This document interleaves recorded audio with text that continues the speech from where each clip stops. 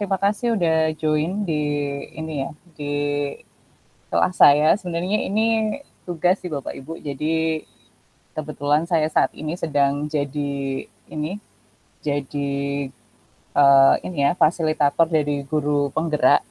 Jadi di fasilitator guru penggerak ini punya kesempatan untuk ikut calon guru penggerak rekognisi namanya. Jadi di program rekognisi ini nanti kami sebagai fasilitator ini berhak untuk bisa mendapat sertifikat guru penggerak nih Bapak Ibu. Jadi ini adalah semacam diseminasinya seperti itu Bapak Ibu semua. Jadi terima kasih sudah join. Selamat datang Bu Medika. Ini banyak nih teman-teman baru. Ada Bu Yuli, Mbak Rizky, Pak Kito, terus ada juga ini Bu Medika. Yang pasti Pak baru mengenal saya via TikTok mungkin ya, kita belum pernah ketemu sebelumnya. Jadi hari ini saya pengen sharing tentang bagaimana membuat kelas yang menyenangkan dengan budaya positif nih Bapak Ibu. Jadi banyak sekali di antara kita tuh membuat kelas tuh masih berdasarkan apa yang kita mau nih gitu. Jadi bukan berdasarkan apa yang siswa butuhkan gitu. Jadi sebagai guru harusnya kita kita harusnya paham kalau kelas itu buat murid bukan buat kita ya. Jadi apa kebutuhan anak-anak, apa yang diharapkan anak-anak. Jadi kita harus banyak mendengar ya Bapak Ibu semua. Oke, saya izin share screen Bapak Ibu semuanya. Oke, bentar.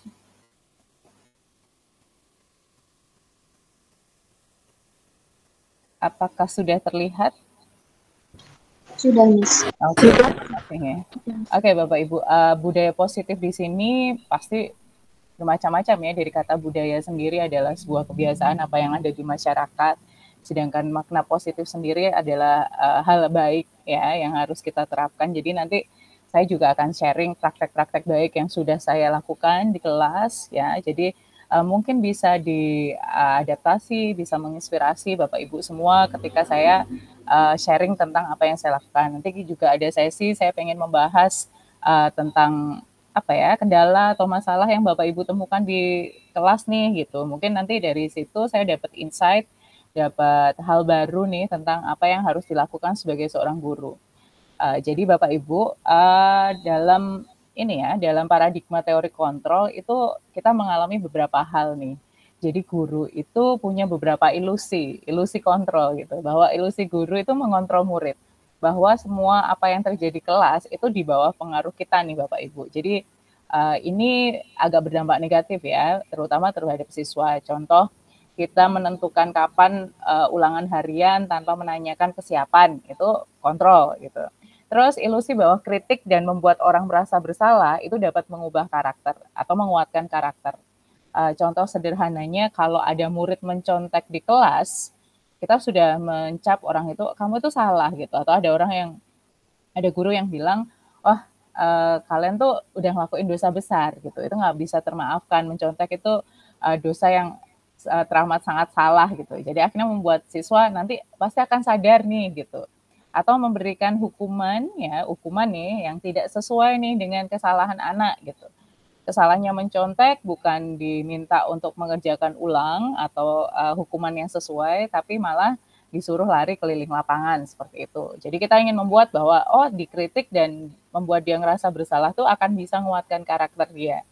Ilusi yang selanjutnya itu penguatan positif, efektif dan bermanfaat gitu. Bahwa semua penguatan, bahwa panjenengan apa yang semua Bapak Ibu lakukan itu pasti akan efektif dan bermanfaat gitu, tanpa menanyakan dulu kepada siswa apakah itu yang diinginkan gitu, apakah itu yang sesuai ya.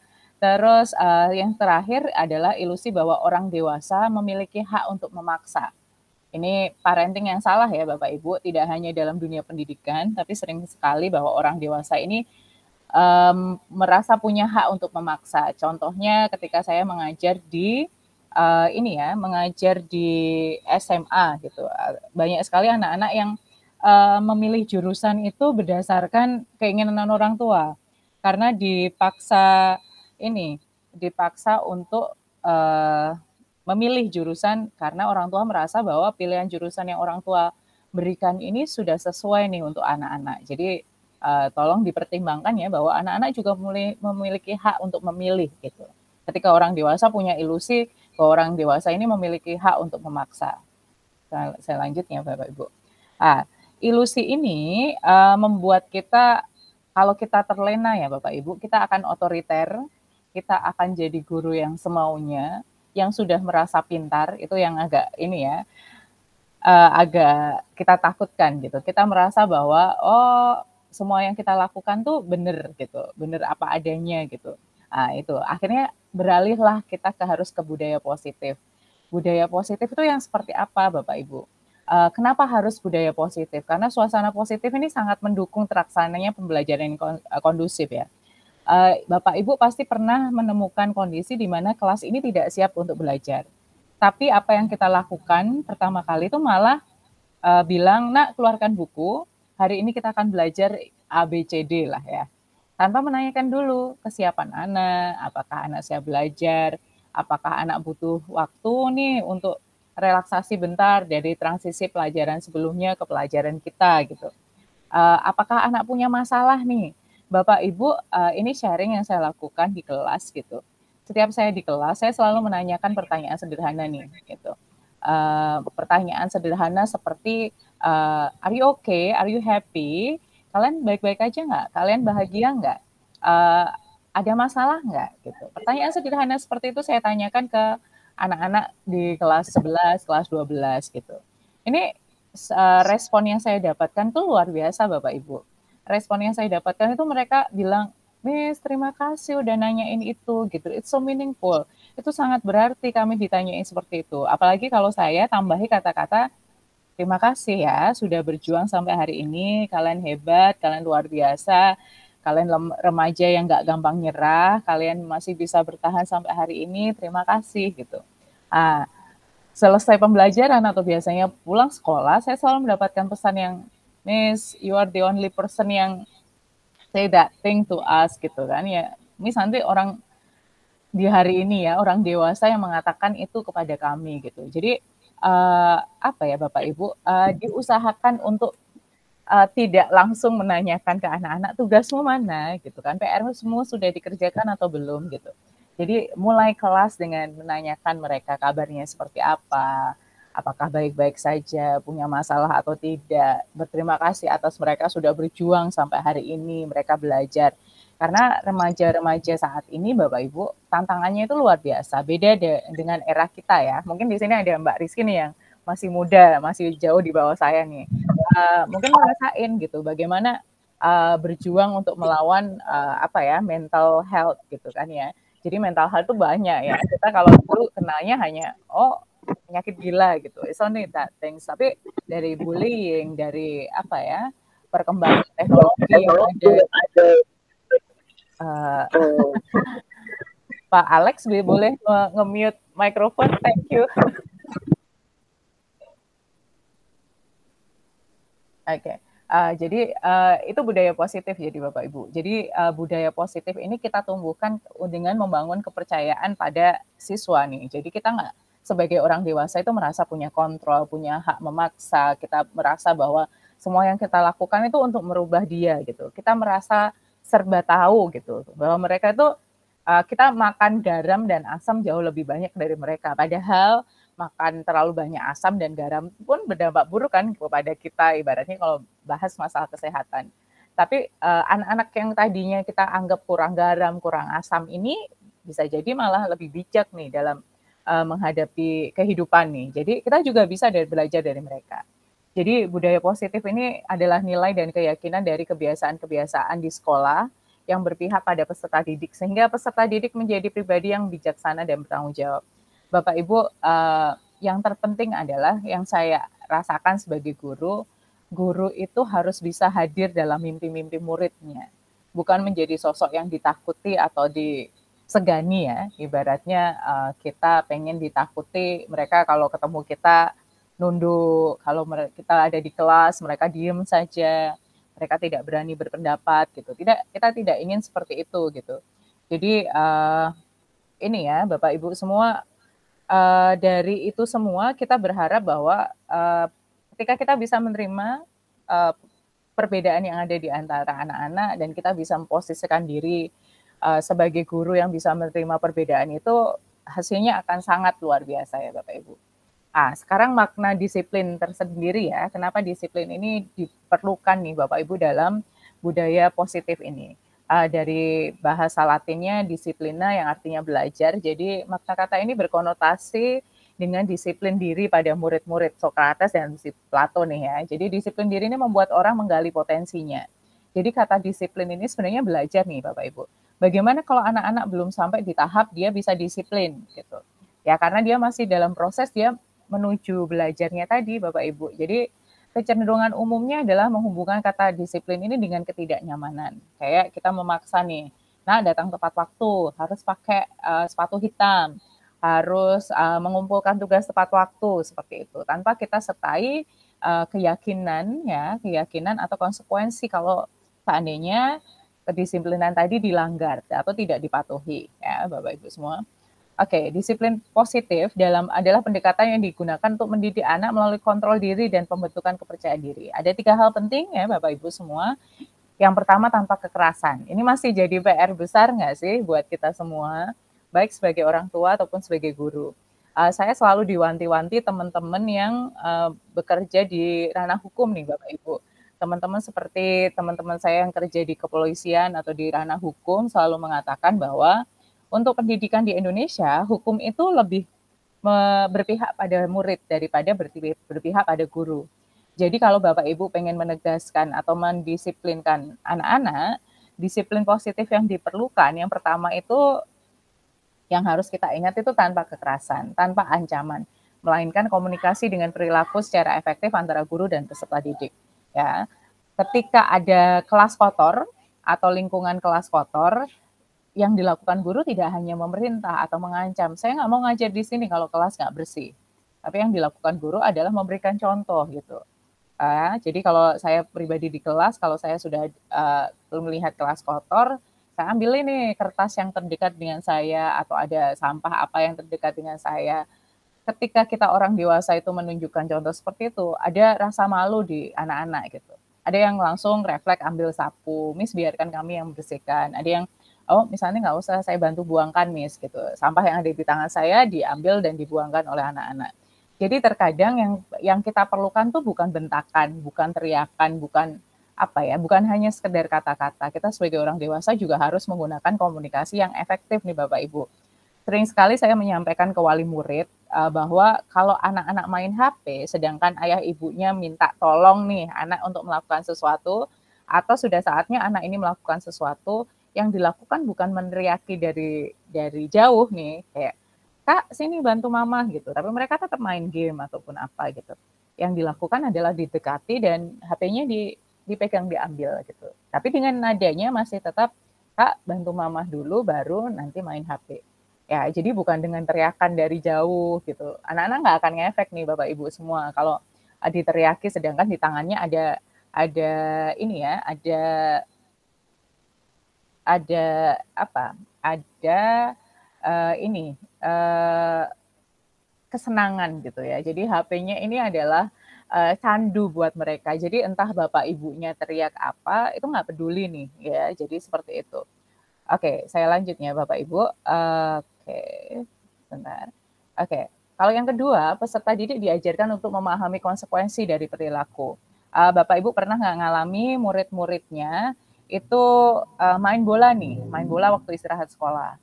Sedangkan waktu istirahat sudah selesai nih, bel udah berbunyi. Ya, pasti Bapak Ibu ketika minta mereka berhenti, yang Bapak Ibu lakukan pasti berteriak nih di pinggir lapangan. Masuk atau enggak gitu dengan berkaca pinggang gitu kan pasti. Dengan udah marah, wajah udah disetting paling galak gitu kan. Apa yang terjadi anak-anak itu ketika bermain dia tidak peduli dengan gangguan yang ada di sekitar gitu karena otak mereka tuh sedang menikmati nih Bapak Ibu. Alangkah lebih baiknya kalau Bapak Ibu itu memberikan mereka pemahaman. Datang ke tengah lapangan, ambil bolanya dengan nada suara yang cukup serius saja ya, tidak perlu menunjukkan rasa marah, emosi dan lain sebagainya, bilang, "Nak, ini sudah waktunya masuk ke kelas, jadi berhenti main bolanya, bolanya Bapak atau Ibu simpan dulu." Gitu. Jadi seperti itu. Mereka juga akan perlahan-lahan, oke, oh waktunya masuk kelas gitu. Jadi kita tidak punya masalah dengan anak-anaknya, kan bolanya Bapak Ibu. Ya, jadi kalau bolanya atau kesenangannya tadi sudah diambil, ya sudah gitu. Konsekuensinya mereka harus masuk kelas karena memang waktu istirahat sudah selesai. Terus yang ketiga, tahap tantangan yang paling berat gitu, menumbuhkan kesadaran gitu. Karena kita sendiri nih yang ngajarkan ke anak-anak bahwa aturan dibuat untuk dilanggar gitu. Itu ada ketika orang dewasa menggaungkan itu. Dan akhirnya generasi selanjutnya, oh gitu ya gitu, aturan dibuat untuk dilanggar nih gitu. Jadi menumbuhkan kesadaran itu penting sekali Bapak Ibu, tanpa sogokan, tanpa ancaman, tanpa hukuman, di mana mereka akan memahami bahwa oh datang terlambat itu ya buat saya begitu, bukan buat orang lain seperti itu. Ya, jadi oke, saya teruskan lagi. Oke, disiplin positif ini akan melahirkan kebajikan yaitu profil pelajar Pancasila yang sekarang lagi Bapak Ibu pasti lagi protes nih, kalau di sini banyak Bapak Ibu guru. Kok kita nggak libur nih gitu, karena ASN katanya nggak boleh libur, ngikut murid, nanti kita harus ngajukan cuti gitu. Di profil pelajar Pancasila ini nanti kalau kita buat modul ajar harus menyertakan ini kan, apalagi ada P5 nih ya, 6 dimensi inilah yang nanti akan kita ajarkan kepada anak-anak. Hanya saja dari beriman bertakwa, mandiri, benar kritis, kebinekaan global, dan bergotong royong serta kreatif ini, yang menurut saya akan bisa jadi bumerang adalah yang ini Bapak Ibu, yang bernalar kritis. Kenapa? Kalau Bapak Ibu ingat fenomena Bima Lampung, ya, bagaimana Bima ini mengkritisi provinsinya sendiri dengan bilang bahwa di situ banyak 1.000 lubang di jalan, itu nggak hanya menggegerkan Lampung, tapi mengguncang Indonesia nih. Para pemimpin daerah pada takut gitu kan ya. Takut bakal ada sidak nih dari presiden terutama. Jadi sebegitu kuatnya Bapak Ibu kekuatan remaja ketika dia menggunakan suaranya. Jadi padahal anak-anak seperti Bima ini ya didikan kita yang dulunya mengajarkan ke mereka kalau ada hal yang buruk, ada hal yang tidak baik, kalian harus mengkritisi nak gitu kan. Saya pribadi saya mendukung anak-anak yang kritis, tapi saya selalu bilang berdebat dengan adab gitu. Jadi kalian boleh mengkritisi tapi dengan adab. Siapa yang dihadapi, sebagaimana cara menyampaikan kritisi gitu kan. Jadi makanya anak-anak yang sekarang kan lebih menggunakan parodi ya Bapak Ibu. Yang terbaru itu yang di Sukabumi. Ada anak perempuan yang bilang, wah selamat datang di desa saya, kami punya jembatan yang luar biasa, yang hampir rubuh, yang udah dijanjikan tahun 2021 dibangun, tapi sampai sekarang belum. Sampai nyindir si bupatinya nih, anggota dewan, bupati gitu kan. Dan itu di Jawa Barat Bapak Ibu, masih di Pulau Jawa, hanya beberapa kilometer dari ibu kota, tapi kondisi jalan, kondisi jembatannya sangat parah gitu. Dan video itu going viral gitu, jadi viral nih. Dan akhirnya mendapatkan perhatian dari para pemangku kebijakan nih, para pemimpin daerah gitu kan, bahwa aduh nih kena nih ya kalau sampai itu video viral. Jadi remaja sendiri sekarang Bapak Ibu dengan profil pelajar Pancasila ini, kita akan menciptakan generasi Z yang seperti itu Bapak Ibu. Generasi yang akan apa ya, Bapak Ibu pasti akan sekarang sudah ngalami nih.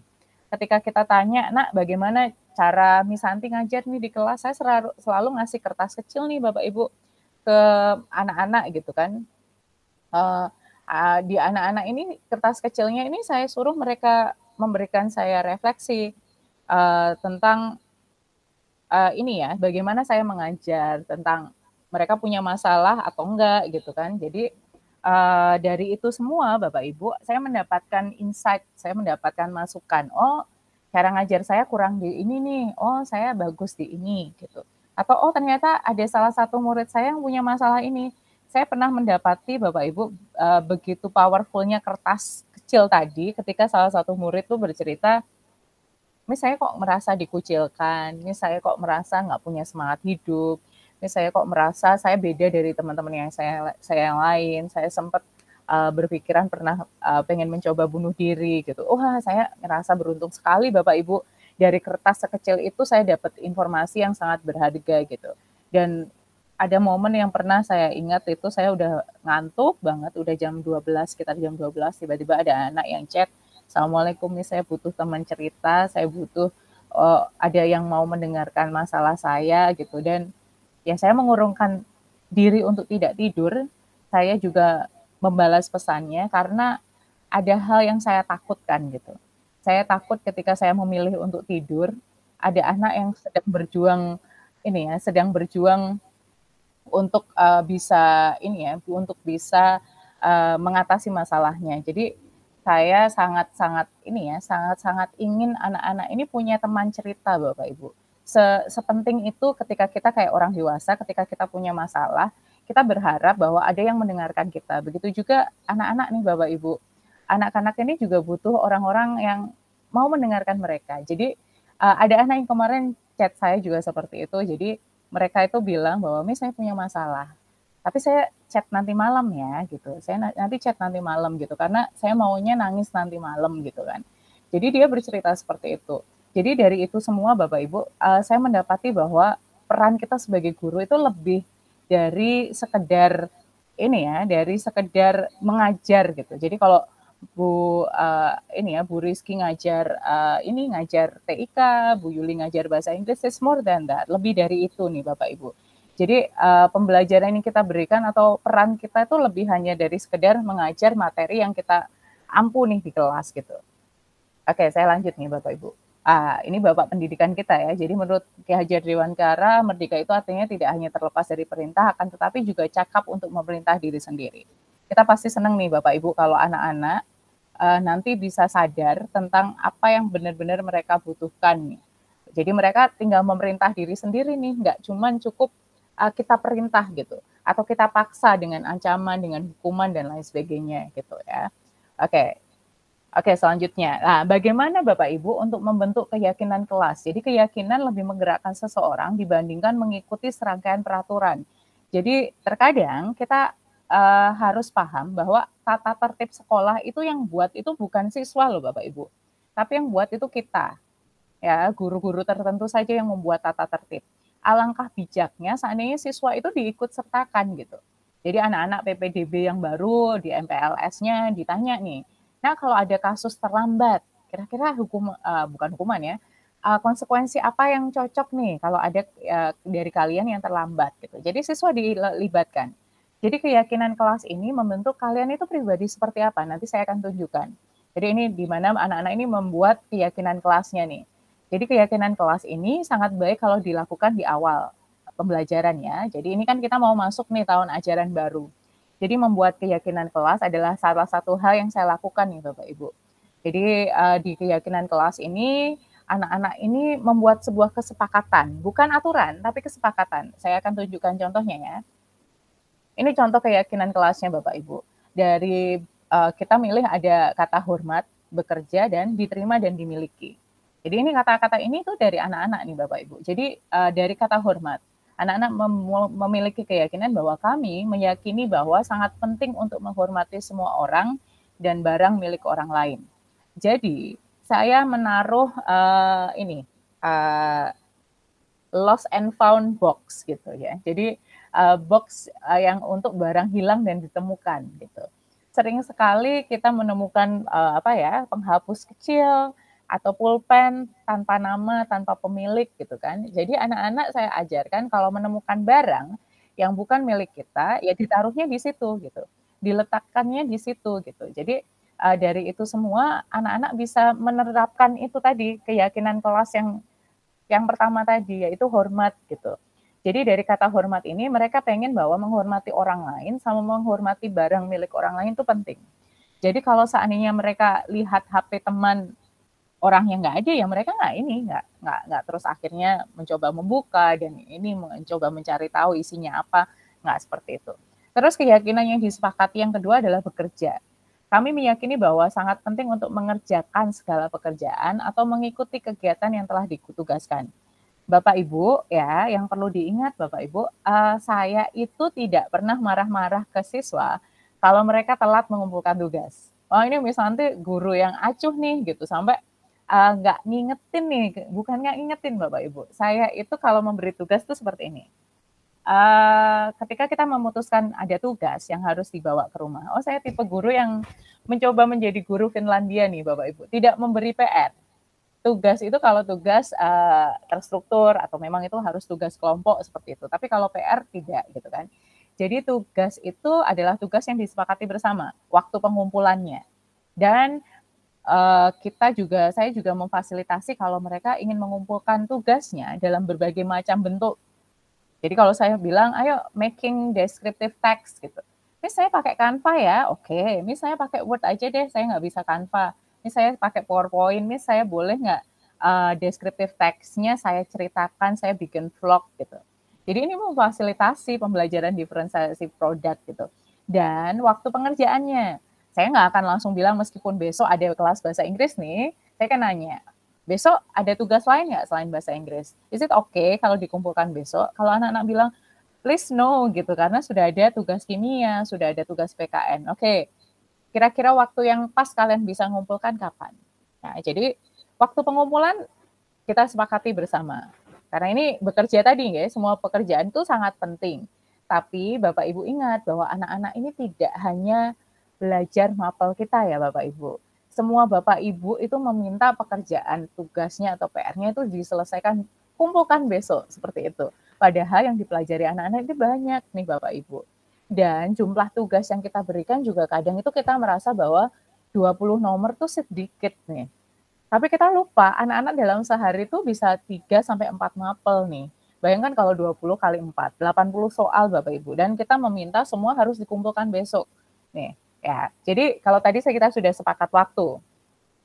Kita buat aturan juga. Anak-anak yang mengumpulkan which one is better ya, saya nanya ke mereka, in time atau on time. In time itu mengumpulkan sebelum waktu disepakati. Kalau on time mengumpulkan pas hari yang disepakati gitu kan. Anak-anak bilang ya, yang in time dong Miss, karena dia sudah bisa menyelesaikannya sebelum waktunya gitu.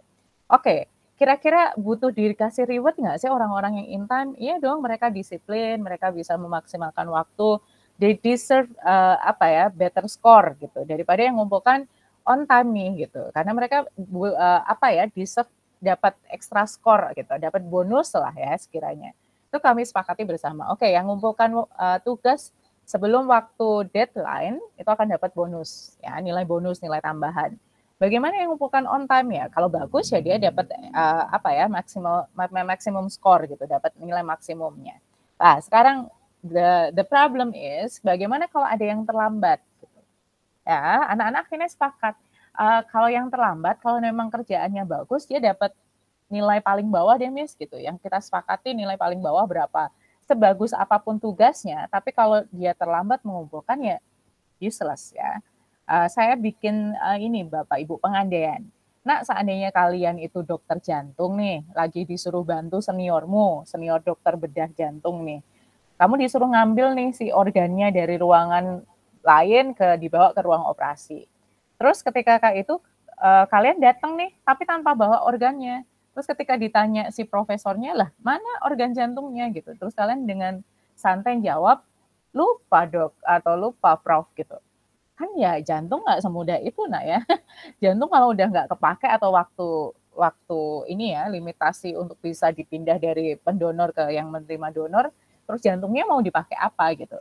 Jadi tidak segampang itu bilang lupa, tidak mengumpulkan tugas dan lain sebagainya. Jadi menyadarkan ke mereka bahwa semua tugas itu penting, semua pekerjaan itu penting gitu. Jadi ketika yang terlambat ini mereka dapat minimum skor gitu. Meskipun sebagus apapun itu. Terus mereka harus izin, mereka harus meminta izin kalau memang mereka harus mengumpulkan tugas terlambat. Karena alasan apa, karena kendala apa, karena saya sakit, Miss, karena ternyata saya malamnya ada kendala nih gitu. Ada kegiatan di keluarga yang membuat saya akhirnya lupa tidak mengerjakan tugas. Kalau si anak sudah kita ajari untuk meminta maaf dan meminta izin, anak-anak bisa belajar tanggung jawab Bapak Ibu. Dan yang terpenting ini dari anak-anak nih, dan saya suka diterima dan dimiliki. Mereka bilang bahwa kami meyakini bahwa sangat penting untuk merasa diterima pada suatu kelompok dan saling peduli satu dengan yang lain. Di kelas Bapak Ibu sering terjadi fenomena kalau sudah ngegeng satu kelompok, kelompok lain ini nggak boleh gabung.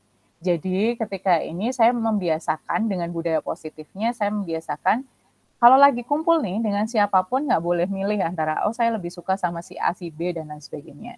Kumpul bareng-bareng nih, ya entah di depan kelas atau di mana kumpul bareng-bareng gitu. Kalau punya jajan sederhana nggih, kalau punya jajan taruh atas meja, nggak boleh ditaruh di saku masing-masing, taruh di atas meja dibuka.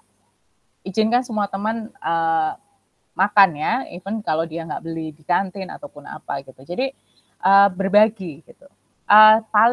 Paling mudah adalah ketika pengen dekat satu sama lain, nah dekatlah lewat makanan gitu. Kalian punya buah mangga di rumah, kalian bawa ke sekolah, bawa pisau, kalian makan bareng-bareng waktu istirahat.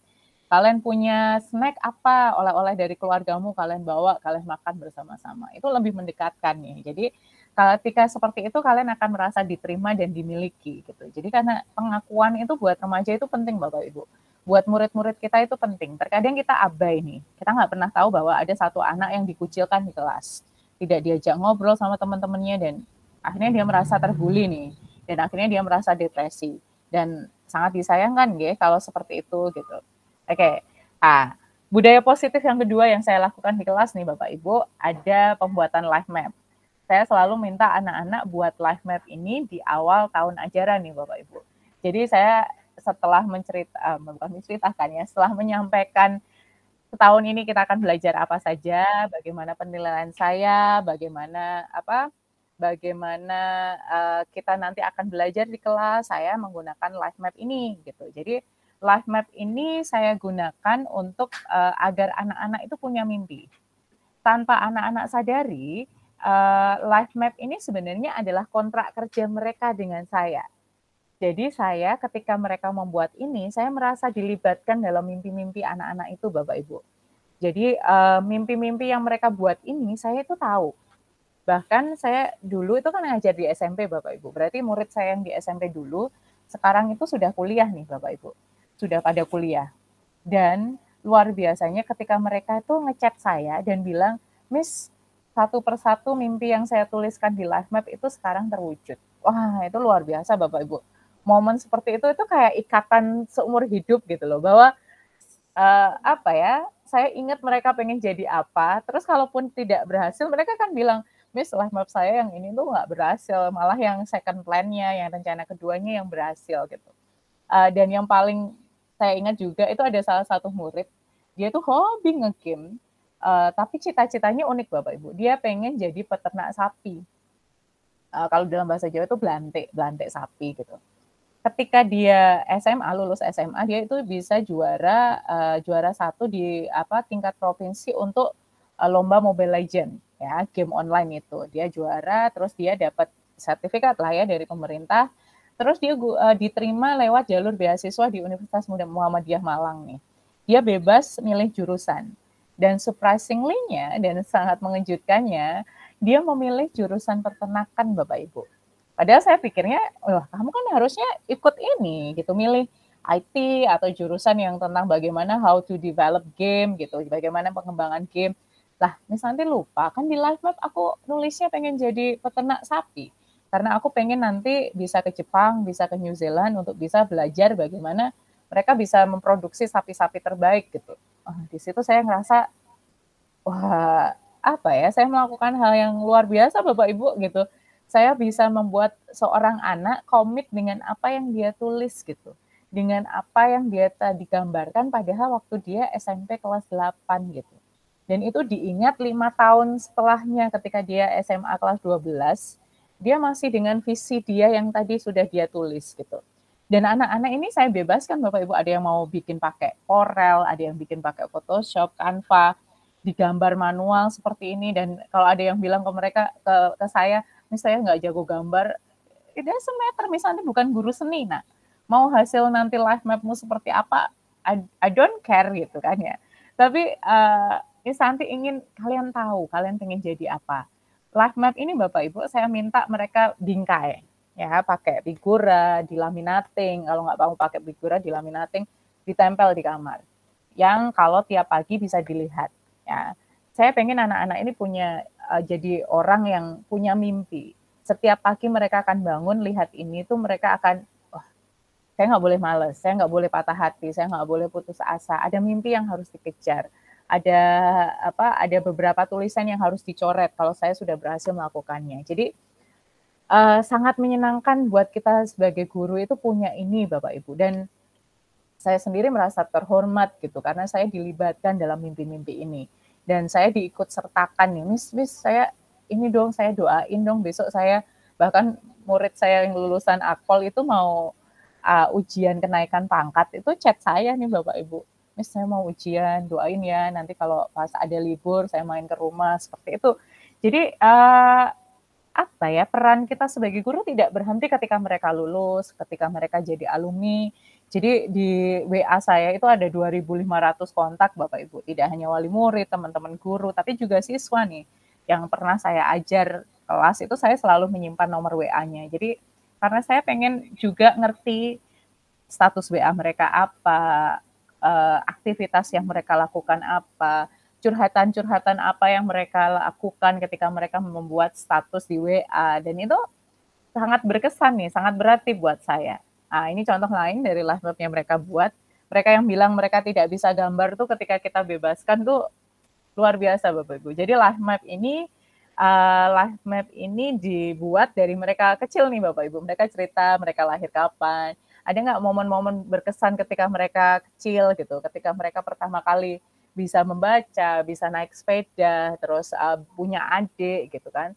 Terus mereka TK di mana, SD di mana, SMP di mana, SMA di mana, atau nanti mereka pengen kuliah di mana, terus pengen nikah umur berapa, targetnya pasangan seperti apa, pengen ke kota mana, punya anak berapa, rumah seperti apa.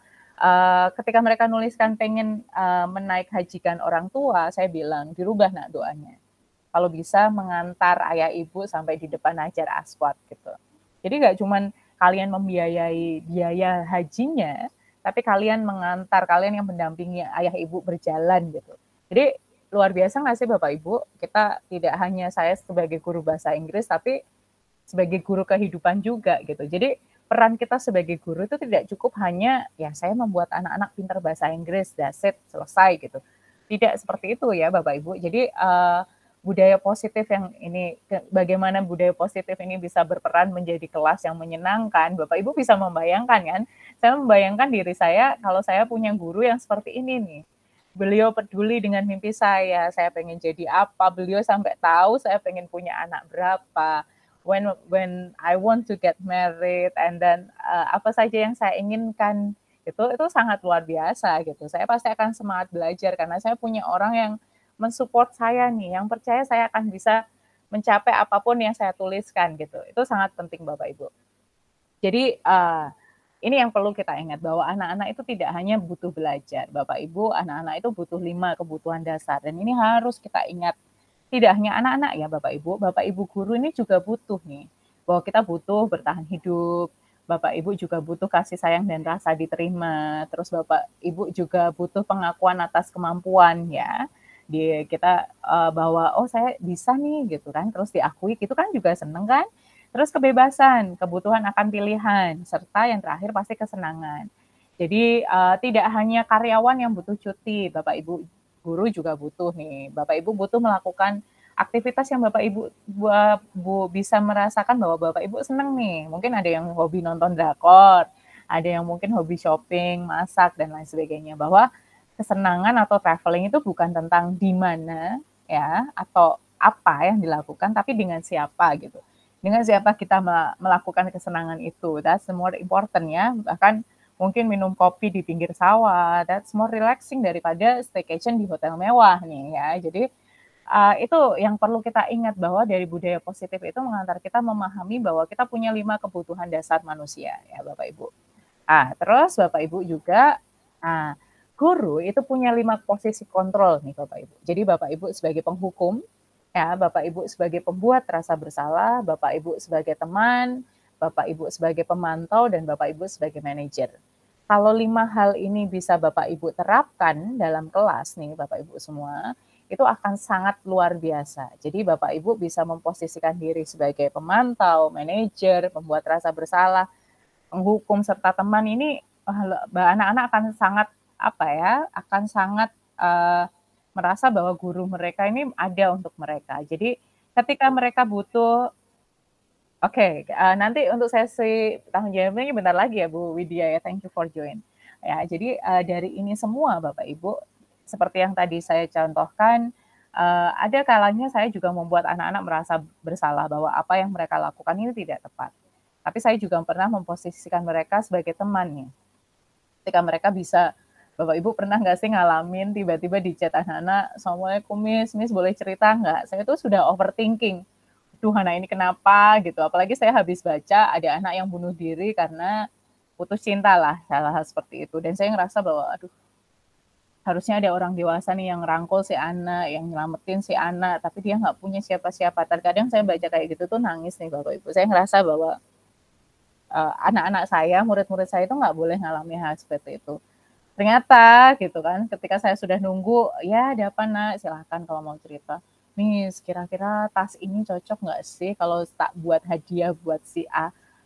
Ya saya sampaikan astaga nak, gitu kan, Miss nanti udah overthinking, kamu punya masalah apa, ternyata kamu hanya menanyakan tas ini cocok nggak buat cewek yang lagi dia idolain nih, gitu. Masya Allah, gitu kan. Jadi saya nggak langsung yang, nah masih kecil, nggak boleh pacaran, fokus ke kuliahmu, gitu. Nggak gitu dulu Bapak Ibu, gitu kan. Saya tanya alasannya kenapa mau ngasih, seberapa spesial dia, terus bagaimana dia memperlakukan seseorang yang dianggap spesial, batasan-batasan apa yang harus dia jaga sebagai seorang lelaki kepada perempuan. Saya pancing dengan pertanyaan-pertanyaan seperti itu. Sampai ke tahap dia ngerasa bahwa iya ya manusia tuh bisa punya, dia suka keindahan, tapi dia punya potensi merusak gitu kan. Karena dia merasa bahwa dia pengen memiliki keindahan itu. Jadi inilah posisi kita, kontrol kita sebagai guru ya Bapak Ibu ya, penghukum, pembuat rasa bersalah, teman, pemantau, serta manajer. Nah, Bapak Ibu, dari sekian banyak kita bermuara pada yang namanya restitusi Bapak Ibu. Restitusi itu apa sih? Proses menciptakan kondisi bagi murid untuk memperbaiki kesalahan mereka sehingga mereka bisa kembali ke kelompok mereka dengan karakter yang lebih kuat. Jadi restitusi ini kita memancing anak untuk bisa menyadari kesalahannya ya Bapak Ibu. Caranya seperti apa? Saya langsung ke ini ya, ke segitiga restitusinya. Jadi awal ini Bapak Ibu. Ketika anak membuat kesalahan, yang pertama harus Bapak Ibu lakukan adalah menstabilkan identitasnya. Dengan mengatakan, ini beberapa contoh ya, setiap orang itu pernah melakukan kesalahan. Nah, sabar dulu nih Bapak Ibu ya, lah kok dibilangin gitu, dia merasa dibela dong, sabar. Karena mungkin kita sebagai orang tua, ya nggak bisa Miss, nggak bisa bilang gitu, sabar dulu. Atau bilang, kamu bukan satu-satunya yang pernah melakukan ini nak, gitu. Ya, kalau kita sudah menyampaikan kalimat ini, diteruskan Bapak Ibu, validasi tindakan yang salah. Kamu tentu punya alasan mengapa melakukannya. Misalnya terlambat nih. Jangan langsung marah dulu, bisa jadi karena bannya bocor. Bisa jadi karena semalam dia harus jagain adiknya atau orang tuanya sakit. Akhirnya dia bangun terlambat. menjadi pendengar dulu ya, sabar dulu nih Bapak Ibu. Kita dilatih sabar nih di segitiga restitusi. Terus, adakah cara yang lebih efektif untuk mendapatkan apa yang kamu butuhkan? Ya, jadi kalau seandainya mereka mencuri nih, ada nak, semua orang pernah mencuri. Kalau Bapak Ibu tidak terima dengan kalimat saya yang bahwa semua orang pernah mencuri, kita flashback nih Bapak Ibu ke masa kecil kita. Ya, ngambil mawar punya tetangga, kita pakai mainan pasar-pasaran nih masak-masakan.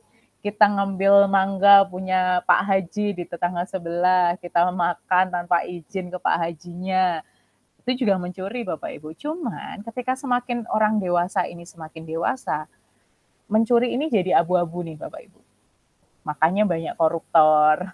Makanya tanpa sadar kita juga mencuri waktu nih, belum waktunya istirahat, kita sudah keluar kelas.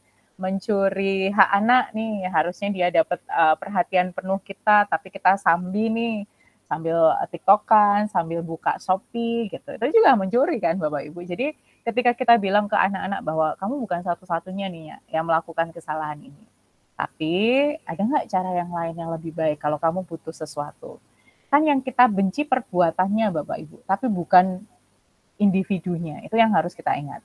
Dan step yang ketiga Bapak Ibu, menanyakan keyakinan. Keyakinan kelas apa nih yang sudah kita sepakati tadi? Menghormati barang milik orang lain. Terus kita harus merasa diterima dan merasa memiliki. Jadi kalau itu punya barang punya teman, terus kita ambil, nah kita kembalikan seperti itu. Terus kamu ingin menjadi orang seperti apa nak? Gitu. Apakah dengan mencuri kamu ngerasa bahwa kamu akan puas, kamu mendapatkan kebahagiaan gitu. Kamu pengen jadi seperti apa nak? Gitu. Bayangkan kalau seandainya anak diposisikan seperti ini Bapak Ibu, kita memperlakukan manusia gitu. Kita tidak memperlakukan seorang kriminal, kita tidak memperlakukan koruptor yang merugikan negara triliunan.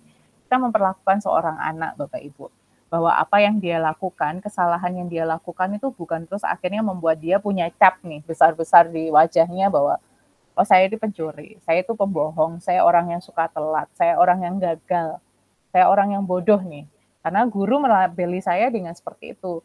Jadi jangan sampai label yang kita berikan itu membuat anak-anak jadi individu yang tidak berani bermimpi, orang yang gampang patah semangat, orang yang pesimis dalam menghadapi hidupnya. Karena tanpa kita sadari, kita sebagai orang dewasa itu sudah melabeli dia dengan label-label tadi yang negatif gitu. Dia telat sekali saja kita sudah marah. Dia mencontek di pelajaran kita kamu itu nggak menghargai saya udah capek-capek bikin soal kamu dengan gampang nyontek dan bla bla bla gitu kan. Tanpa kita tanyakan ke dia kenapa dia nyontek gitu kan. Bisa jadi jawabannya akan membuat kita tersinggung dengan bilang, saya belum paham materi yang Ibu ajarkan gitu kan. Saya bingung dengan cara penyampaian Ibu gitu. Saya nggak jelas Bu dengan cara Ibu nyampaikan gitu tanpa catatan, Ibu cuma ngomong aja gitu. Atau dia bilang bahwa Ibu memberikan informasi tentang kapan ulangan itu mendadak, jadi saya nggak siap. Bayangkan kalau itu yang keluar dari mulut anak-anak nih Bapak Ibu, pasti kita tersinggung kan kayak, coba kamu yang gantian yang ngajar, coba kamu bisa nggak? Kebanyakan guru akan bilang kayak gini ya sih Bu, gitu. Mereka akan ngerasa bahwa, wah kamu ya, buktinya teman-temanmu yang lain paham, kamu aja nih yang bodoh gitu, yang nggak ngerti gitu kan. Ya, kita pasti akan nanya kayak gitu kan. Nah, jadi Bapak Ibu tadi ada yang sudah saya jelaskan nih ya Bapak Ibu tentang itu semua. Nah, saya akan menjawab pertanyaannya Bu ini nih, Bu Widya. Miss mau tanya gimana menghadapi siswa yang broken home, malah sekolah karena faktor keluarga dan ekonomi. Bapak Ibu, saya izin stop sharing dulu ya. Saya mau nunjukkan saya punya Google Form yang selalu saya berikan di awal nih Bapak Ibu. Jadi Google Form ini berisi, saya tipe yang guru yang nggak mau nunggu sih. Maksudnya kadang itu ada teman-teman yang kurikulum merdeka tuh ribet bla bla bla dan sebagainya. Kayak gini tuh harusnya biasanya kan dilakukan oleh teman-teman BK nih. Yang nanti hasilnya diberikan ke kita. Tapi udahlah saya buat sendiri nih. Ini kelas-kelas yang saya ajar kemarin. Jadi ada 1, 2, 3, 4, 5, 6, 7, 8, 9. Dari 9 kelas kali 36 saya punya sekitar 360-an lah ya. Nggak sampai ya 350. Ya 350-an murid nih Bu yang saya ajar nih. Jadi 350 murid yang saya ajar ini, saya minta mereka memberitahu saya tentang alamatnya mana gitu. Pekerjaan orang tuanya apa, hobinya apa. Mereka ikut kelas bahasa Inggris nggak? Kenapa saya penting? Karena saya pengen tahu nih, anak-anak ini belajar dari saya aja atau mereka punya private teacher di rumah. Terus mereka punya favorite topik nggak? Saya berikan ini, saya tanyakan music, sport, movie, politics, game, ataupun apa. Ini yang terpenting, saya butuh ini. Saya butuh tahu anak-anak itu visual, auditory, atau kinestetik gitu. Saya kasih gambaran, kalau visual tuh ini, kalau auditory itu lebih senang denger podcast, video, group discussion, oral presentation, atau yang kinestetik harus jalan, harus gerak, nggak bisa diem gitu. Kamu termasuk yang mana, nak? Saya suruh mereka milih. Terus mereka pinter di bagian mana nih? Dari reading, speaking, writing, listening, grammar, yang paling mereka suka yang mana gitu. Kalau mereka sudah tahu nih mana yang mereka suka, saya akan bantu yang bagian yang mereka nggak suka gitu. Dengan cara yang pastinya menyenangkan. Terus ini, mereka belajar bahasa Inggris tuh dari mana? Dari film kah, dari guru bahasa Inggris, dari private tutor, song, online game, atau aplikasi bahasa Inggris lain nih.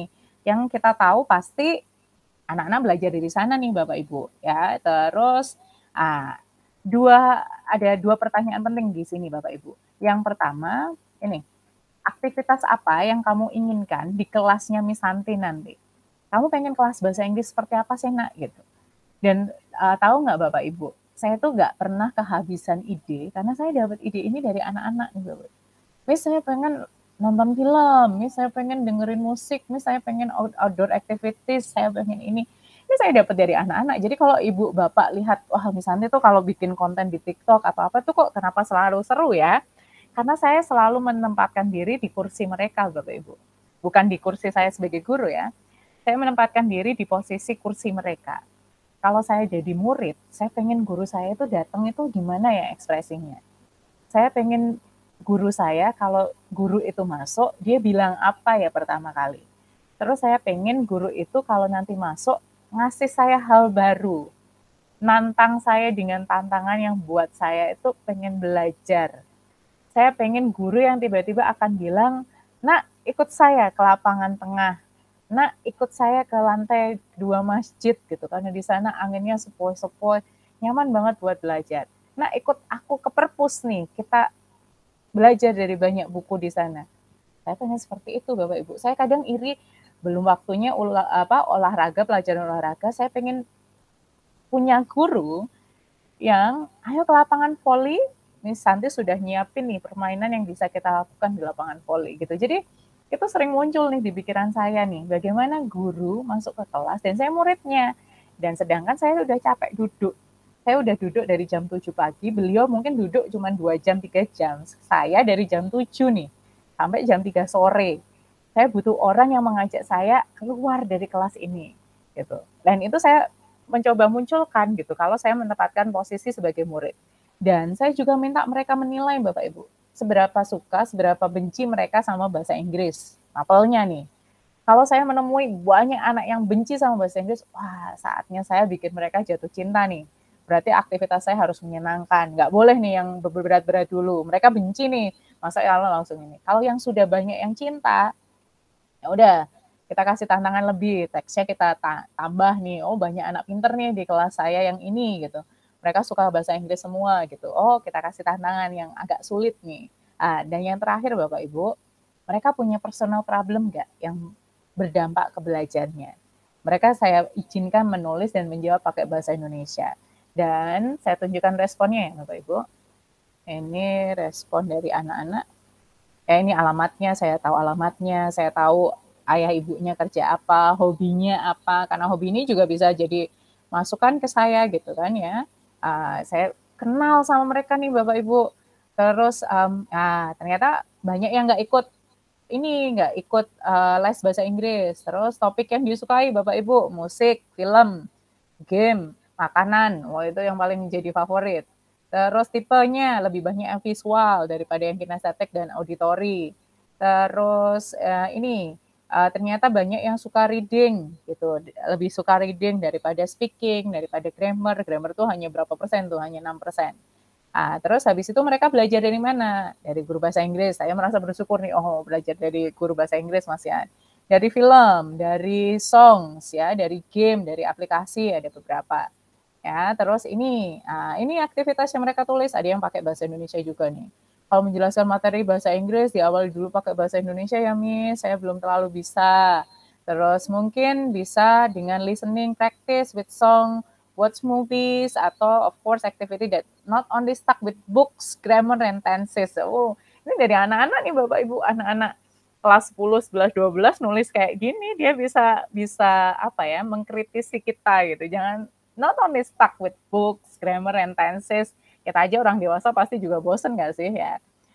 Speaking together, learn with playing and watching.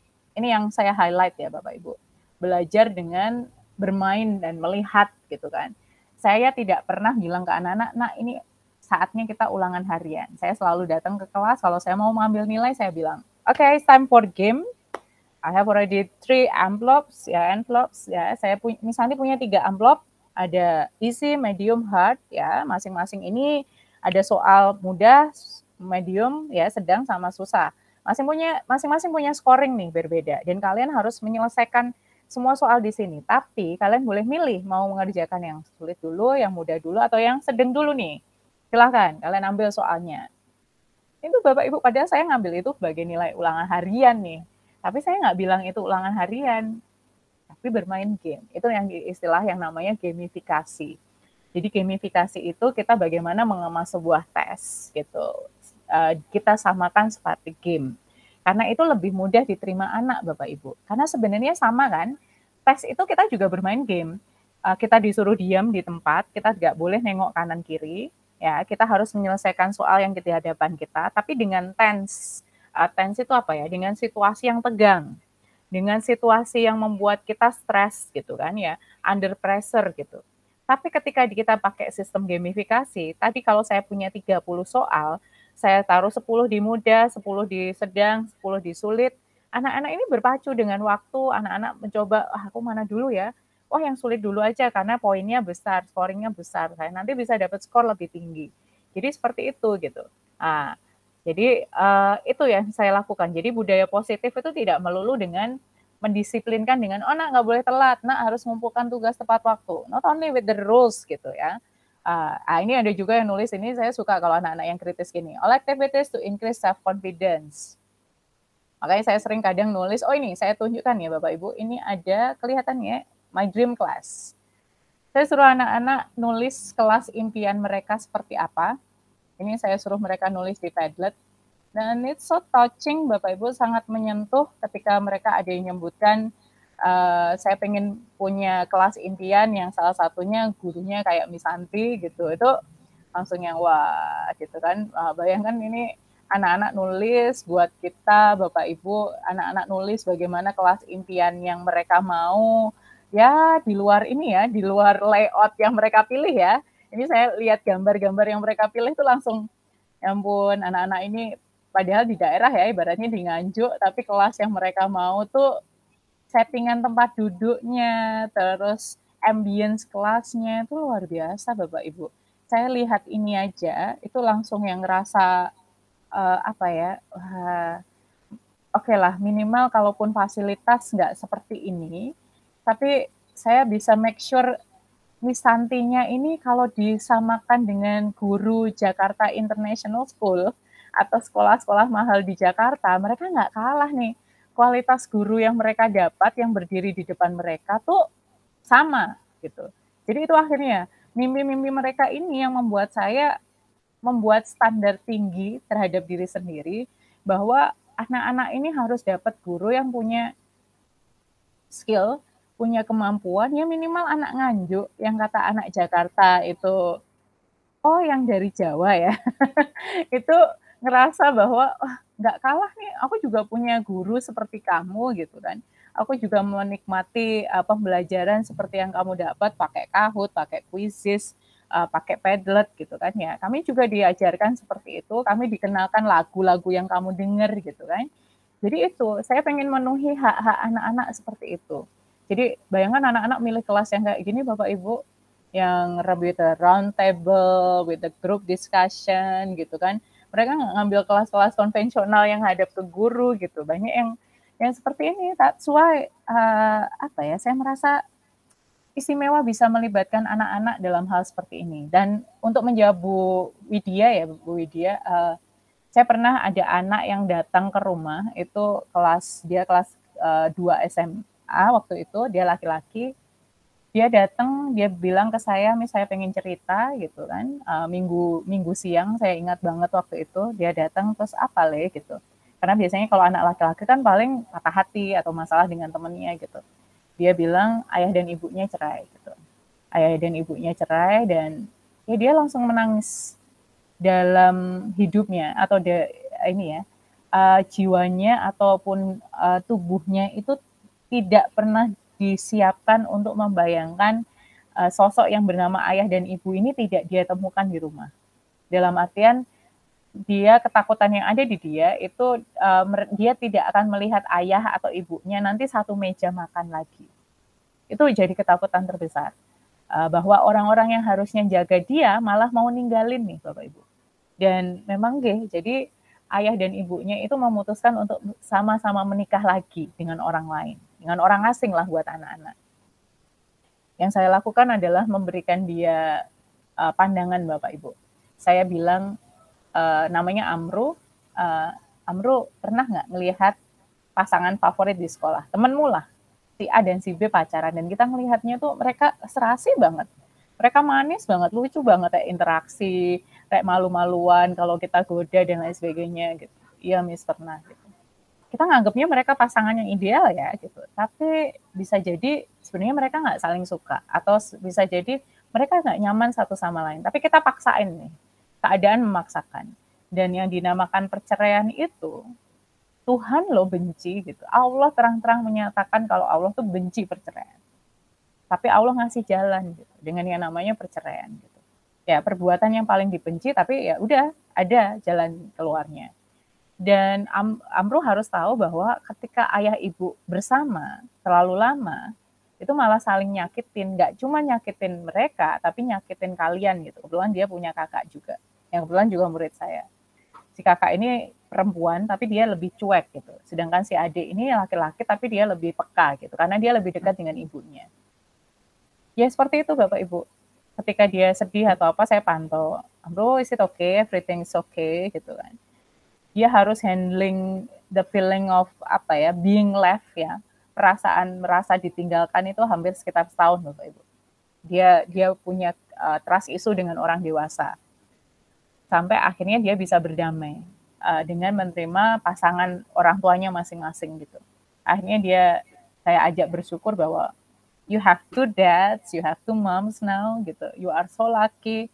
Kamu sangat beruntung punya dua ayah, dua ibu yang sangat perhatian, yang sangat menyintai kamu, sangat mendukung kamu gitu kan. Dan everything okay gitu. Terus dia bersyukur ya. Dan kemarin luar biasanya ada momen yang luar biasa Bapak Ibu. Saya dapat undangan ke Jakarta penulisan artikel. Saat dia juga di Bandara Soekarno-Hatta ini harus take off ke Taiwan untuk melanjutkan S2-nya. Dia mendapatkan beasiswa S2 di Taiwan. Jadi itu saya tuh sampai speechless. Jadi pesawat saya landing, dia sudah mau take off. Jadi dia nunggu di pintu keluar bandara ya sebelum dia ke take off-nya gitu kan. Jadi dia nunggu saya ngambil koper sampai izin ke petugasnya, Pak boleh nggak saya keluar untuk menemui ini, tapi koper saya masih di dalam gitu kan. Jadi ya Allah men-setting bahwa dulu ya, ini kan dia udah S2 nih ya, jadi waktu dia kelas 2 berarti 6 tahun lalu saya melihat anak kecil ini nangis di depan saya gitu. Tapi hari ini saya ditunjukkan sama Allah gitu bahwa murid yang dulunya 6 tahun yang lalu saya kuatkan karena ditinggal, saya mau nangis nih, ditinggal pisah sama orang tuanya, saya nganter dia di bandara gitu, di Bandara Soekarno-Hatta untuk ngelepas dia S2 di Taiwan gitu. Itu saya kayak besarin anak nih Bu, Bapak Ibu, saya ngerasa bahwa dia bertemu orang-orang dewasa yang tepat, dia tidak anak-anak lain tidak seberuntung itu. Anak-anak yang lain terjun di narkoba gitu kan, minum minuman keras gitu, terus mungkin end up dengan pernikahan dini atau mungkin kehidupan yang nggak karu-karuan karena kecewa dengan orang dewasanya. Dan Dan saya berharap akan banyak gitu. Jadi bahkan kalau Miss Widya lagi ngalamin hal ini sekarang, saya berharap malah Miss Widya akan jadi yang lebih baik dari saya ketika dampingi anak-anak yang broken home, atau akan ada saya dan another Miss Widya dan guru-guru lain yang akan ngerangkul anak-anak broken home ini tadi gitu. Bagaimana kita memastikan anak-anak ini tumbuh dengan cinta yang berlimpah, yang mungkin nggak didapat dari orang tuanya nih, tapi didapat dari kita gurunya gitu. Dan itu magical gitu. Saya ngerasanya magic aja nggak sih Bapak Ibu, 6 tahun lalu dia nangis, minggu-minggu datang ke rumah, dan saya nggak tahu bagaimana mendiamkan anak laki-laki remaja yang sedang nangis nih Bu. Kalau yang perempuan kan bisa kita ini ya gitu kan, tapi ini laki-laki gitu kan. Terus dan kita diberi kesempatan di satu momen yang sama, saya pas mau ke Jakarta, dia juga sudah di bandara gitu, melepas dia dengan perasaan bangga gitu kan ya, sudah sebagai seorang teman, kakak, guru gitu, itu jadi satu. Jadi kelas kita meskipun mungkin dengan sedikit orang yang join kelas ini, tapi merasa bahwa kita satu frekuensi ya dengan Bu Dina, Bu Yuli, Bu Widya, Bu Yanti, dan ini siapapun school-disk yang join kelas ini, saya merasa dengan panjenengan semua, dengan ibu-ibu semua ini, kita punya visi yang sama nih, bahwa kita pengen jadi guru yang tidak biasa, kita pengen jadi guru yang terus mau belajar. Ibu-ibu ini mau meluangkan waktu 1,5 jam nih, hampir 1,5 jam bareng saya di kelas ini tuh luar biasa Bapak Ibu. Saya merasa kebutuhan dasar saya sebagai manusia untuk didengarkan itu terpenuhi dengan Bapak Ibu ada di ruangan ini sekarang gitu kan. Jadi diseminasi saya tidak perlu dengan ratusan orang gitu kan, karena itu bukan menjadi hal yang luar biasa ketika kadang saya diundang jadi narasumber di sekolah ataupun di forum besar ya Bapak Ibu. Terkadang malah kita dengan banyak orang seperti itu, terkadang yang ngena itu ya hanya orang-orang tertentu atau yang sefrekuensi gitu. Tapi dengan adanya seperti ini saya ngerasa bahwa saya merasa sangat bersyukur dan senang bisa sharing, apalagi kayak Bu Rizky ini kita nggak pernah ketemu ya Bu Rizky, nggak pernah ketemu, tapi Bu Rizky ini sering banget sharing gitu tentang kelasnya gitu, tentang inovasi-inovasinya, karena saya juga punya banyak kayak Bu Widya ini, wah Ibu kalau tahu Bu Widya ini salah satu guru inspiratif ya, nasional nih ya, finalis nasional yang juga sangat inspiratif gitu dengan kelasnya yang sangat menyenangkan. Saya lihat di konten-konten TikTok-nya Bu Yuli, Bu Dina juga saya yakin juga punya kelas yang seperti itu, yang saya malah kadang berdoa kasih dong saya kesempatan untuk bisa ngunjungin teman-teman online saya gitu kan. Ada yang di Lombok, ada yang di Labuan Bajo, ada yang di Bu Widya di mana Lampung ya Bu? If I'm not mistaken. Di mana? Aku lupa nih Bu. Jadi terima kasih banyak nih Bapak Ibu semua yang sudah hadir, yang sudah mendukung. Oh Bengkulu kok. Ya jadi bener banget Bu Rizky ini guru muda baru setahun ngajar, kalau dibandingkan kita yang udah senior tuh kadang saya malu nih sama yang muda-muda ini. Mereka tuh idenya, kreativitasnya tuh aduh semangatnya gitu, yang kita udah kadang harus pakai fresh card dan minum tolak angin nih, mereka itu yang masih ketika dengan senior yang tepat saya yakin ibu-ibu guru muda seperti Bu Rizky ini bakal jadi guru yang cemerlang lah. Kita lihat 2-3 tahun lagi tuh pasti udah inovasinya, gebrakannya itu udah saya pasti akan kelewat gitu. Ya, jadi Bu Yuli apalagi nih, saya dengan insya Allah kalau nanti saya ke Probolinggo kita bisa meet up Bu, karena kan saya punya CGP di sana gitu. Jadi silahkan Bapak Ibu lewat Telegram ataupun mungkin lewat WA gitu. Saya senang sekali kok Bu, ada yang ini teman yang tiba-tiba ini tadi chat saya, Miss saya boleh telepon, mau bahas modul ajar ya, selama saya nggak ada kesibukan, saya selalu pasti merespon. Dan saya tipe orang yang kalau dimintai file apapun saya kasih Bapak Ibu. Saya nggak yang jangan ini punya saya, nggak gitu. Kalau itu memang bermanfaat nggak apa-apa gitu. Wong sepeda motor aja ya Honda, Suzuki, Yamaha ini bentuknya sama, kita pun nggak mempermasalahkan itu gitu kan. Yang membedakan hanya desainnya, strippingnya dan lain sebagainya. That's fine gitu kan. Oke, jadi terima kasih ya Bapak Ibu. Saya yakin ini mau weekend nih, pastinya malam ini luar biasa sudah bergabung dengan saya di sini. Terima kasih banyak sudah menyempatkan hadir Bapak Ibu semua. Jadi saya sangat, boleh, mau tanya apa nih Bu Rizky? Silahkan. Mau on cam atau mau ditulis? Silahkan. Assalamualaikum, Miss. Waalaikumsalam. Silahkan. Gimana? Saya voice aja ya, Miss. Oke. Kalau nggak lagi cantik ibu-ibu ini pasti nggak mau nih. Sebelumnya makasih, Miss, kesempatannya. Jadi pertanyaannya mungkin out of topic, tapi saya penasaran banget gimana sih caranya kita mengatasi ada sebuah pemikiran siswa nih, Miss. Buat saya sih menarik. Di mana siswa ini berpikir bahwa buat apa saya itu nilai tuntas, buat apa juga mengikuti segala rentetan pembelajaran dengan sangat baik, kalau saya dengan nilai yang di bawah KKM aja, itu bisa mendapatkan nilai dengan cukup minimal KKM, tapi dia tidak menjalani yang namanya remedi dan lain sebagainya, toh nantinya saya juga akan naik kelas serta lulus. Jadi kan saya sama aja sama teman saya yang dia udah berusaha dari nol lah istilahnya sampai dia menjadi yang sangat baik itu. Nah, jadi ada siswa yang berpikiran seperti ini. Jadi buat apa saya berusaha sebegitunya? Toh nanti guru pasti bantu juga. Gak mungkin kan saya nggak dinaikin kelas atau bahkan nggak dilulusin. Nah, ini menarik, tapi di samping itu saya agak pesimis juga sama pemikiran siswa yang seperti ini, Miss. Terima kasih, Miss Santi. Terima kasih Bu Rizky. Menarik ya, saya pasti ada juga murid saya yang juga mikir gitu sih ya, apalagi yang kayak yang nggak pernah ngumpulin tugas tapi tiba-tiba dia dapat nilai. Sekarang kalau saya di posisinya Bu Rizky akan saya ajak komunikasi nih gitu kan, kayak nanyain dia dulu kayak dia pengen jadi apa, dia ibaratnya cita-citanya, hal-hal yang pengen dia dapetin, sederhananya kayak kalau dia laki-laki motor yang pengen dia beli itu apa gitu kan. Jadi kayak kita ngadepin dia ke kayak, saya pengen punya motor tuh anggap aja yang paling mahal ya, Ninja gitu atau Ducati gitu kan. Terus saya akan simulasikan, lah kenapa nggak Beat aja gitu, kan sama-sama motor gitu.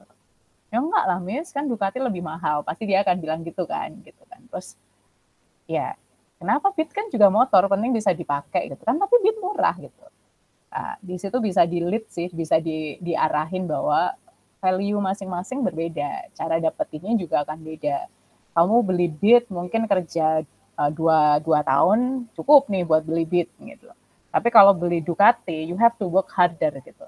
Dan value manusia tuh ngarah ke ya seperti itu gitu. Itu baru barang nih, baru motor nih. Bagaimana nanti kamu akan dinilai orang lain lewat gaji gitu. Karena kan uang itu deketnya sama anak-anak gitu kan. Kayak uang 1.000 sama uang 100.000, that's uang gitu kan. Ya, tapi yang membedakan adalah ketika kamu merasa bahwa kamu nggak belajar apapun nih, gitu. Kamu ngeremehkan semua yang ditugaskan ke kamu gitu. Apakah itu akan membuatmu jadi orang yang berhak dapat gaji 10 juta? Ya, atau kamu malah pantas digaji rendah nih karena memang Anda nggak bisa kerja gitu kan, atau malah tidak dipekerjakan gitu. Jadi apalagi Bu Rizky kan ngajar SMK nih, yang orientasinya kamu masuk SMK karena kamu pengen kerja gitu. Tapi bahkan kamu aja meremehkan tugas-tugas yang sudah diberikan guru gitu. Kalau tugas-tugas yang kamu anggap, sepele nih gitu, aku nggak perlu ngerjain, ya one day itu akan terjadi. Nah, tapi dengan posisi yang sangat menyakitkan dalam artian orang nggak akan menghargai kamu gitu, karena kamu nggak punya skill, karena kamu nggak punya keahlian. Dan pasti itu akan kamu hadapi gitu. Karena di dunia kerja, pasti akan ada senior yang nggak baik, ada bos yang menuntut kita lebih gitu kan. Dan ketika dia nggak bisa memenuhi value itu, ya sudah gitu. Karena anak remaja itu dalam parenting Islam ataupun psikologi anak remaja itu nggak boleh diperlakukan seperti tahanan. Yang diperlakukan seperti tahanan itu anak-anak usia kecil nih, ya kayak adik mandi jam segini, ngaji jam segini, harus seperti itu tuh anak kecil. Tapi kalau sudah remaja, kita posisikan dia sebagai teman. Ya, kita posisikan dia sebagai teman dengan menceritakan kayak gitu. Ya wes gak apa-apa. Life is a choice. Ya. Tapi your choice must be pilihanmu akan menuai apa yang sudah kamu tanam, apa yang kamu percaya gitu. Jadi kalau kamu percaya bahwa ya oke, hidup you only live once gitu, just be happy gitu, YOLO ya. Anak-anak sekarang percaya YOLO gitu kan ya. You only live once, ya udah nikmatin aja gitu. Ya that's fine, that's okay, don't be cry, jangan nangis kalau one day orang memperlakukanmu seperti uang 1.000 daripada uang yang 100.000 gitu. Atau kamu akan dianggap bahwa kamu gampang diraih seperti motor Beat tadi daripada yang motor Ducati. Karena kamu terlalu mudah gitu. Ya, jadi beri dia pembuat rasa bersalah dengan ya that's your choice gitu. Kalau kamu ngerasa bahwa hidupmu lebih menyenangkan daripada teman-teman yang belajar, ya you deserve what you get nanti gitu kan ya. Yang mungkin nggak akan kamu rasakan sekarang gitu. Jadi biar anak-anak ini kita ajak berpikir, Bu Rizky. Jadi anak remaja ini jangan langsung disalahkan kayak kamu tuh salah gitu. Apalagi kalau ada kayak sumpah serapah kita keluar, kalau orang Jawa sih kayak titeh nono gitu, kayak titeh nono, lihat aja nanti gitu. Kamu jadi apa gitu kan, enggak gitu kan. Jadi anak-anak seperti ini kadang karena dia tidak punya motivasi, dia tidak punya mimpi. Jadi makanya kita pancing dia dengan, kamu pengen apa sih gitu. Kamu pengen seperti apa? Nanti hidupmu seperti apa? Kamu pengen rumah seperti apa gitu. Berarti kalau Tuhan ngasih kamu rumah gubuk, ya udah ya, nggak apa-apa kan itu rumah. Ya, sama seperti kamu membayangkan bahwa oke, aku nggak ngerjakan, aku dapat nilai minimum kok 70 sama yang 90 gitu. Kamu ngerasanya gitu. Jadi kita kasih beberapa Analogi ya, Miss. gitu loh. Jadi biar dia itu bisa berpikir. Kayak saya ada murid yang jualan ayam, ayam sabung, ayam buat aduan Bapak Ibu. Jadi dia jualan itu gitu. Saya nggak langsung mengatakan itu dosa ya. Saya bilang ke dia, nah coba berpikir ya. Coba berpikir kamu jualan ayam sabung nih untuk adu ayam. Terus di kelas itu kebetulan ada yang bisnis juga. Dia jualan pulsa, dia jualan paketan. Fajar sama si Andi. Si Andi yang jualan ayam sabung ini. Si Fajar yang jualan pulsa. Fajar, keuntunganmu berapa jualan pulsa sama paketan gitu? Mungkin 1.000 sampai 5.000 Miss gitu kan. Terus Di, kamu dapat berapa? Keuntungan berapa jualan ayam sabung, ayam aduan ini? Biasanya 500 sampai 1 juta Miss. Kalau ayamnya bagus dan lain sebagainya. Oke, sekarang Fajar. Kamu punya tabungan nggak? Kamu tabung nggak hasil pendapatanmu? Ya Miss, gitu. Kadang saya buat untuk bayar kebutuhan sekolah. Andi, punya tabungan nggak? Tabunganmu pasti lebih banyak dari Fajar nih, karena keuntunganmu 500 sampai 1 juta. Jawaban Andi bisa menyadarkan dia, Bapak Ibu. Jadi dia jawab, bisnis. Uang itu kadang dalam 2-3 hari itu habis. Padahal kadang saya pakai buat beli HP, beli kayak earphone atau apa gitu. Tapi kadang mesti rusak dengan cepat gitu kan. Kayak gitu hilang. Gitu. Nah, sedangkan yang Fajar tadi, awet kan, Fajar punya tabungan dan lain sebagainya. Kamu ngerti nggak kenapa kayak gitu? Ya ngerti, karena sumbernya nggak halal. Jadi akhirnya ya gampang habis gitu. Tapi kan saya bukan yang adu ayam, Miss, gitu. Saya nggak ngelakuin dosanya gitu. Tapi ayam yang kamu jual, iya sih, tapi saya yang menyediakan alat buat berjudinya gitu. Jadi Bu, Bapak Ibu semua, kalau kita menghadapi remaja, kita harus nahan diri untuk tidak langsung menyalahkan. Sekali kita menyalahkan, sekali kita langsung tidak percaya sama dia atau membocorkan rahasia dia, sudah tidak akan ada lagi tempat buat kita dalam hati mereka atau dalam hidup mereka. Jadi contoh si A curhat ke saya nih, dia lagi ngincer anak cewek kelas sebelah. Nanti saya langsung nih, Mbak ini dicari ini loh gitu. Kita pasti label ember itu nempel di kita. Aduh, nggak lagi-lagi aku curhat sama guru ini gitu. Dan itu bangunnya akan sulit lagi nih gitu. Jadi diajak mereka berpikir, kita kembalikan. Mereka gini, terus di pertemuan selanjutnya saya nanya, kamu bisnis apa di sekarang gitu. Terus akhirnya dia jawab nih, udah Miss, saya tobat, saya nggak lagi jual ayam aduan, saya sekarang pindah ke ayam petelur Miss gitu. Saya ambil ayam kampung, Saya ini ya untungnya memang tidak sebesar untung jual ayam aduan, tapi ya saya tahu gitu bahwa apa yang kita lakukan dalam hidup ini pasti akan kembali ke kita gitu. Jadi mungkin uang-uang yang saya dapat dari jual ayam aduan tadi mungkin ratusan ribu, jutaan, tapi membawa dampak buruk ke saya gitu. Dan ya udahlah saya mulai berternak ayam telur ini gitu kan. Dan nggak apa-apa nih dapat untungnya sedikit gitu, nggak apa-apa Miss gitu kan, saya belajar dari kesalahan saya gitu. Jadi bukan kita yang nyalahin gitu, tapi dia menemukan sendiri Bapak Ibu bahwa apa yang dia ini ya, apa yang dia lakukan ini salah, dia menemukan sendiri gitu dan dia bisa belajar.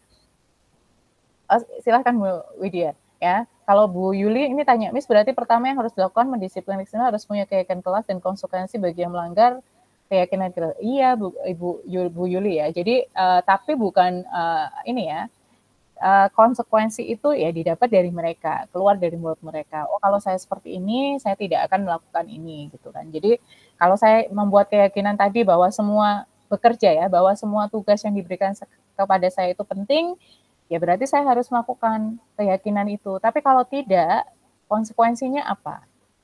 Berarti nilai saya tidak bisa lebih baik daripada teman-teman yang mengumpulkan tepat waktu, saya harus mendapatkan tugas tambahan lain, saya harus melakukan aktivitas sosial, seperti melakukan kebaikan, karena saya sudah melakukan kesalahan. Ini harus dari mereka nih Bapak Ibu, bukan dari kita nih, kayak beberapa mungkin sekolah itu kayak, oh hukumannya, ini ya kebetulan saya dulu ngajar di sekolah Islam, oh hukumannya hafalan, hukumannya ini apa sholat sunnahnya, tahajudnya berapa rakaat dan lain sebagainya.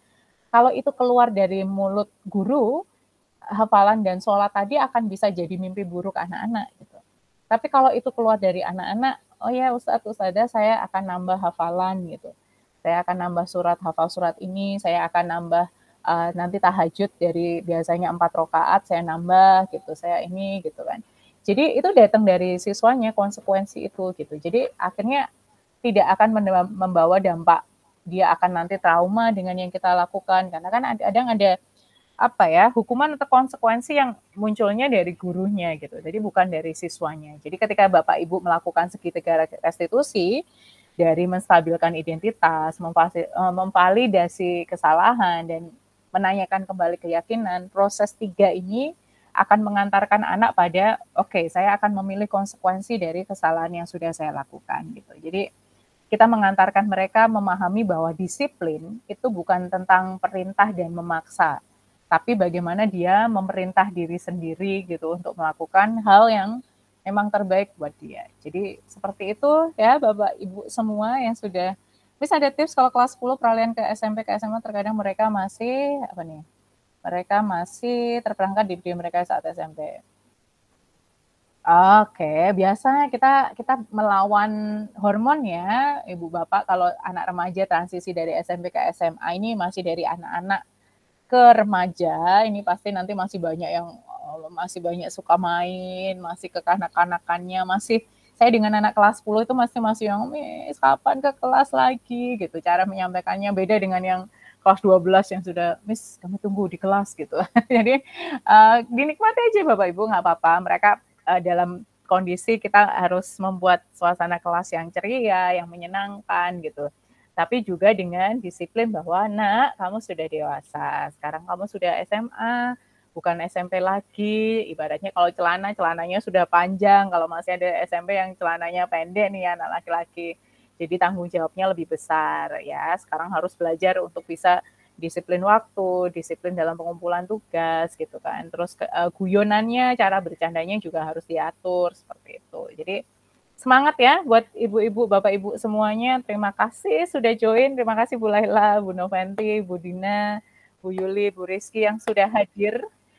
Luar biasa, saya diseminasi saya ini semoga berkesan, membawa dampak dan perubahan besar di kelas Bapak Ibu masing-masing ya. Saya harap menunggu cerita kisah inspirasi luar biasa dari kelas-kelas menyenangkan yang Bapak Ibu handle ya.